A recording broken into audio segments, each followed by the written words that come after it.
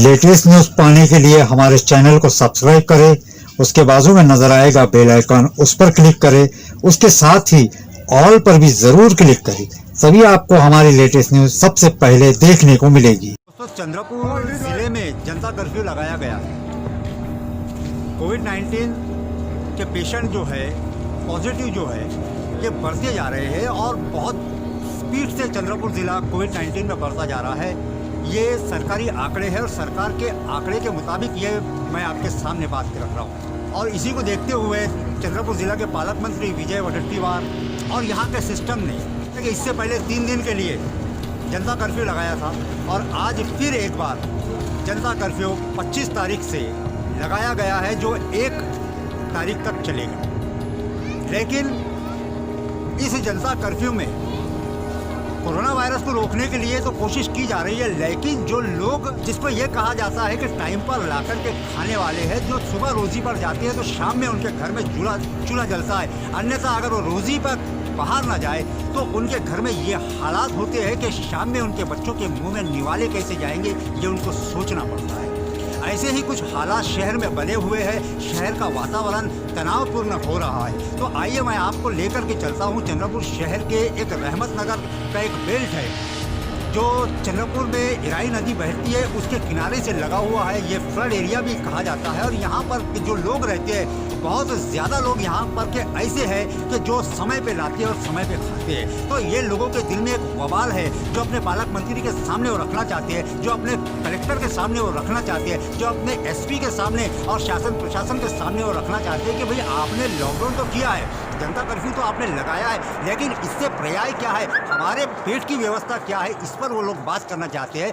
तो चंद्रपुर शहर के महानगर पालिका जो पहले नगर परिषद थी, उस वक्त यहाँ पर मेंबर रह चुके सिराज पठान हमारे साथ में है इस वक्त, और हमारे साथ में और एक मेंबर रह चुके बिस्मिल्लाह खां पठान भी यहाँ पर मौजूद है। तो आइए हम लोग बात करते हैं सबसे पहले एक पुराने मेंबर बिस्मिल्लाह भाई से कि ये क्या कहना चाहते हैं इस जनता कर्फ्यू के ऊपर।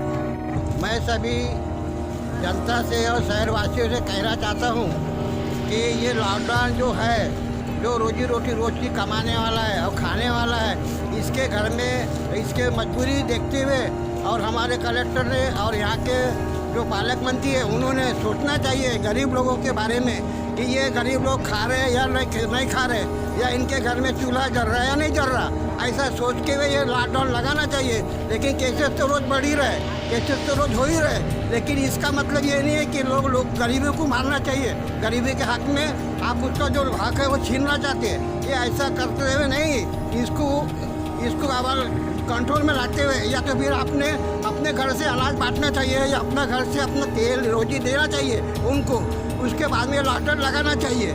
ऐसे मैं कहने का मेरा मतलब ये है, रोजी रोटी का सवाल है, ये रोजी रोटी उनकी अगर रोज़ कमाएंगे रोज़ खिलाएंगे तो घर में चूल्हा जलेगा, नहीं तो उनका चूल्हा जलना मुश्किल है।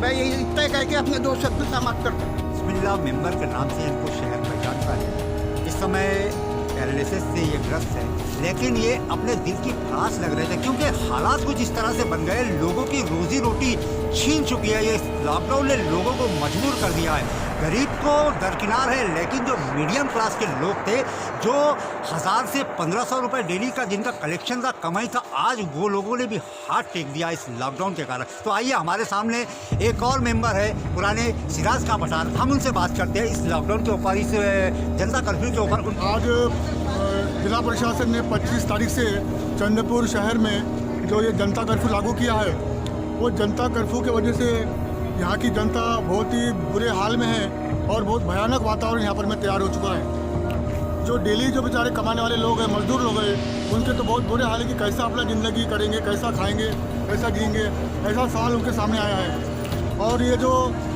बीमारी बढ़ रही है, और भी लोगों को बीमारी होती, छोटी मोटी बुखार है, सर्दी है, खांसी है, उसके लिए जो यहाँ पर में जो दवाखाने थे आसपास में छोटे दवाखाने, वो दवाखाने भी जो है तो प्रशासन ने बंद किया या पता नहीं बंद हो गए, लेकिन वहाँ पर में जा रहे हैं तो डॉक्टर लोग उसका इलाज नहीं कर रहे और उनको गवर्नमेंट हॉस्पिटल में भेज रहे हैं। और गवर्नमेंट हॉस्पिटल में जो जा रहा है उसको दहशत है कि मैं जिंदा वापस आऊँगा या नहीं आऊँगा, इस प्रकार की भीति, इस प्रकार का डर उनके दिल में तैयार हो चुका है।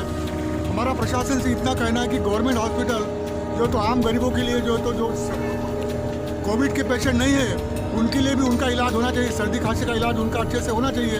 और ये जो डर का माहौल है, ये डर का माहौल दूर करने के लिए प्रशासन ने जागरूकता मुहिम फैलाना चाहिए कि कोरोना बीमारी जो है तो ये कोरोना बीमारी से इतने घबराने की ज़रूरत नहीं है, इसका इलाज करना चाहिए, इसके लिए सामने आना चाहिए, जागरूक होना चाहिए। और जो बाकी जो आम पेशेंट है वो तो हर साल सीजनेबल बुखार आता है, वायरस आता है, उसका इलाज होना चाहिए और ढंग से होना चाहिए। जो प्राइवेट दवाखाने उनको भी दवाखाने खोलने की परमिशन मिलनी चाहिए, वहाँ पर भी जनता को जाने का हक है। वो डॉक्टरों को गवर्नमेंट ने बोलना चाहिए, सरकार ने बोलना चाहिए कि भाई तुम दवाखाने खोलो और ये पेशेंट का इलाज करो। बहुत ही भीतिपूर्ण और डरपूर्ण माहौल है और रोजी रोटी के सवाल भी हल होने चाहिए। और जो जनता, जो गरीब जनता जो है तो ये लॉकडाउन की वजह से जो है तो भूखी मर रही है, तो इनका खाने पीने का इंतजाम, फूड पैकेट्स का इंतजाम भी प्रशासन ने करना चाहिए, इसकी व्यवस्था करना चाहिए। इतना ही मुझे कहना है कि बहुत जल्दी ये माहौल ख़त्म हो करके अच्छा वातावरण हो, इसके लिए सभी मिलकर प्रयासरत हो, यही मैं विनती करता हूँ और अपने दोस्तों से बात करता हूँ।